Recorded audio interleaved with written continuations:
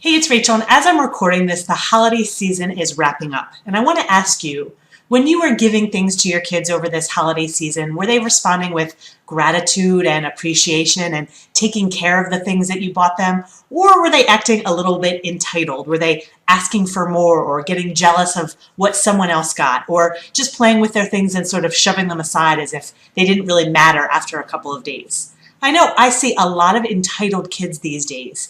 And what creates this entitlement, honestly, has a lot to do with what we are doing for our kids, which is good news because that means we can turn things around a little bit. Usually what happens is if our kids, we buy them some things and then they ask for more. We say something like, "How could you ask for more? I just bought you all of that stuff." The key is we just bought them all of that stuff. When we continue to buy and do for our kids, they expect that that's what's normal. I know I was just on vacation this past summer with my husband, and we went to a place, many of you have probably heard of it. It's called Great Wolf Lodge, and this is an amazing place. They have this huge water park and lots of activities, and everything is exciting for the kids, and my kids obviously loved it. But as my husband and I were walking down the hallway, we looked at each other and we said, you know, our vacations when we were growing up as kids were nothing like this. They didn't revolve around us as kids at all. We just went wherever our parents felt like going. We were bored half the time, and we just had to sort of suck it up. These days, everything revolves around the kids' vacations. And you know, there's so much more to buy kids these days. That's the truth. There's just more out there. So we're constantly buying for them and doing for them and revolving our lives around them. And that's what they come to expect. The other thing we might say to our kids if they're acting, ungrateful is we'll say, "How could you be so ungrateful? There are kids, in other parts of the country or other parts of the world that don't get nearly as much as you do." Well, we say this, but they don't really get that. They're not living those other lives. They're living their life that they have in their world right now. And if you remember from when you were a kid, what goes on around you as a kid is what you just think is normal. Some of us don't realize until maybe even college when we go away from home that things could possibly be different. So the good news is that we can make their life and what's normal a life that leads to more appreciation and more gratitude. And I'm going to give you 3 quick tips for how to do that. The first is to, probably the most importantly, model gratitude and appreciation.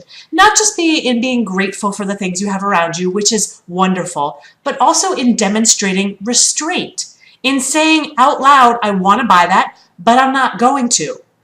Now, you may already be having this restraint, but are you actually saying these words out loud? Because when you do, your kids see that, hey, even you don't get everything you want, even when you can buy it because you have your own money.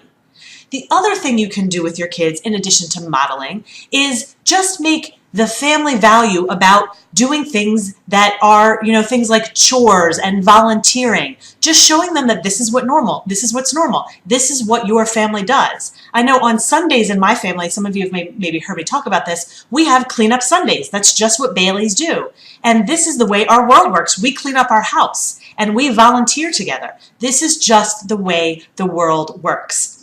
The other thing you want to do in order to help them realize that they're not always going to get what they want is to set and maintain boundaries. No matter how upset they get, no matter how much you don't want to deal with their big emotions, which is another topic that I can teach you about, just make sure you're setting boundaries, because when you do that, they start to realize, hey, I'm not going to get everything I want and I'm going to be okay.